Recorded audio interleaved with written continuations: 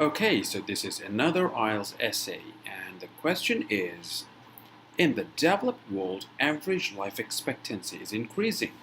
What problems will this cause for individuals and society? Suggest some measures that could be taken to reduce the impact of aging populations. So the essay will appear over here. I'll place a link to this article below this video. Okay. This is the introduction. And in the introduction, student has committed an important mistake, and it's really important to understand. The statement is the pace of demographic aging has been rapidly increasing than the past decades. Had it been in the past decades, that would have been perfectly fine. However, the student made a comparative statement, and you cannot compare the pace of demographic aging with the past decades. It has to be a comparison of apples with apples and oranges with oranges. So what you've compared are completely uncomparable. You just can't do that. Okay, so and I've explained it over here. The right comparison is between time. The pace of demographic aging has rapidly increased during the last few years as compared to or than in the previous decades. So you're comparing the recent few years with some of the previous decades, entire decades. Now the good thing about the introduction is that the student has clearly mentioned the reasons behind this. In my view, this poses the problems, what problems does this cause? This poses fiscal as well as economic pressures for the government. Okay, so she has mentioned the problems, and she has given a hint that I'm going to talk about few methods to address these problems. So clearly the introduction is good, except this grammar mistake. It's well structured. Now this body paragraph number 1, BP1, is very well structured. The first part, in fact, is very well structured. This is point number 1. This is idea number 1 or point number 1. And it has been very well explained. Let me explain the strengths in this portion. Apart from the good grammar as well as cohesion, this part is really well argued. So the student begins, population aging causes multiple problems in many countries, and this multiple problems itself shows that the student is going to organize the content, and she has done that very well. First, and then another thing. Okay, so this is the organization part. Now let us see whether she completely justifies the first part. First, it challenges governments financially. That's a short statement, but this sets the idea very clearly. As individuals age, their bodies significantly deteriorate, which predisposes them to many health problems, such as. The usage of such as is also very good. Since it is linked to the noun, it exemplifies cardiovascular diseases, respiratory diseases, and diabetes. There is perfect parallelism and good use of collocations. So, for example, challenges governments financial, multiple problems, bodies significantly deteriorate. That's another collocation. Okay, so this is really a good response. And then financially, and then she links it with health. Consequently, the need for healthcare spending, and then she comes back to spending. That's very well connected, in fact. In Canada, for example, almost 45% of provincial budget, that's another collocation, has been allocated for those over 65, as claimed by the Canadian Medical Association. That's a very well constructed example. I will give her good bands, good grades for the first part of body paragraph 1. Now let us come to example number 2. Let me change the color. Okay. So another thing is that, or moreover, it also results in slower economic growth stunt. Now, the problem here is it results in economic growth stunt. Stunt is used as a noun over here. It's not a verb, because the right structure is subject, verb, object. The subject here is it. It also results. Then the result is the verb part, and remaining is the object in slower economic growth stunt. So the object part is unless it's a clause itself, this part is a noun part. So the main verb is results. Okay, so if you place stunt over here, that will be a much better construction, because as a noun, stunt means you perform an action, okay, an exciting action. As a verb, it means that there is something has been slowed down, okay? So as a verb and as a noun, its meaning changes, and this will reduce the lexical resource score. So the right placement of stunt is extremely important. That's what I've done over here. It stunts the economic growth. Okay, so it's really important to understand the right placement of words. Had she just avoided using a word she does not understand and using a word that is simpler but communicates the idea very clearly, she would have got much better bands. So do not try to use words which you do not understand.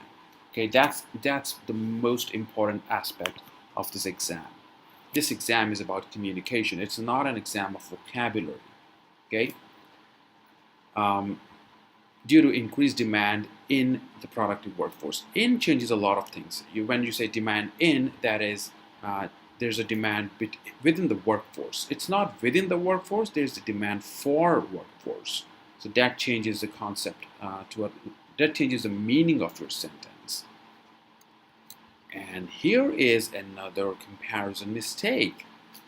The student writes, therefore, businesses, instead of writing businesses, try using a referencing device. They earn lesser revenue as compared to employing younger employees. This is another major problem. Let me explain how. Okay, so here's the explanation. It is the same mistake as highlighted in point number 1. The student has actually compared businesses with younger employees. That's not fair, okay? You have to compare older employees with younger employees. This is incorrect. So the right sentence structure should be, therefore, they, that is businesses, earn lesser revenue with older employees than with younger employees. This is the right comparison. You're comparing apples with apples and not apples with oranges, okay? So that's extremely important. While part 1 of this paragraph was good, that is, idea 1 was nice, idea 2 had a few mistakes, some grammar related and some lexical resource mistakes. So with better structuring, better usage of words, you can make wonders. Now, before moving to the solutions, the viable solutions, this is a great collocation. Viable solutions for these challenges, you have to understand how exactly you have structured the problems. The first problem was about the healthcare spending. The healthcare spending. And the second problem was about the productivity of employees. The productivity of employees. And you have to keep it in mind that the solutions should be related to these problems. The solutions cannot be of any problem, but the problems that you have highlighted, that you have explained in body paragraph 1.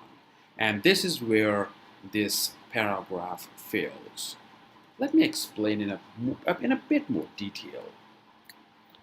Okay, so you will realize, so since there are 2 problems, we should have 2 solutions, right? Solution for problem number 1 and solution for problem number 2. The student has tried to write 2 solutions, but she somehow ended up mixing both of them. So she began with the one related to healthcare spending, and she talked about healthy aging, with the program of World Health Organization, and then she somehow mixed with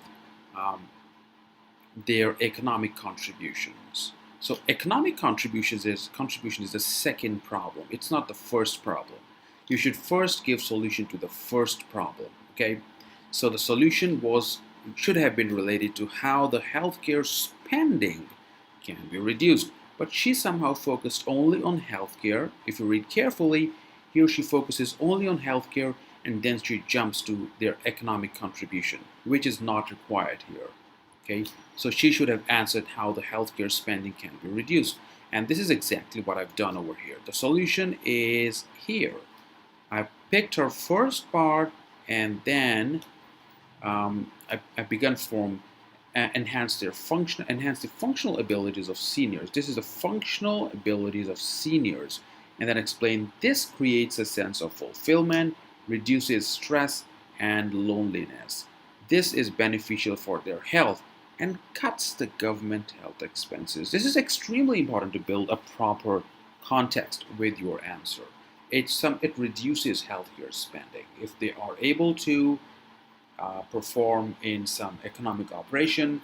They have lesser physical and mental disorders, and that reduces government's healthcare expenses. Okay, this is exactly what she has done. The same confusion she has maintained in the next part. The problem here is that she has again talked about the functional levels and then stress and loneliness. So this is again health issue, which I somehow brought over here to just talk about health. The second part should be about productivity of employees. And she has neither given a solution to the first part nor a solution to the second part. So the solution should have been, moreover, if they're allowed to work only 4 hours a day. I've borrowed her ideas only. That none of these are my ideas. She had confused and she had mixed a lot of things. I've tried to segregate them in a right structural form, right organizational content. If they're allowed to work for 4 hours every day and are paid partial salary, so I'm bringing it to the productivity part. Okay, you're not giving them full salary, you're giving them partial salary, working only for 4 hours a day, but how will they contribute productively? They can immensely enhance the productivity of business operations through their expertise and wisdom. So this is a solution to the productivity problem. Okay, so I hope my ideas are clear. You have to move in a very structured format and maintain proper task response. Try to avoid this confusion. So I hope this video was helpful, and if you like my channel, subscribe to it, let your friends know, share the videos, and if you have any questions, just feel free to drop me an email or type in the comments box below. I'll be happy to respond. Thank you for watching.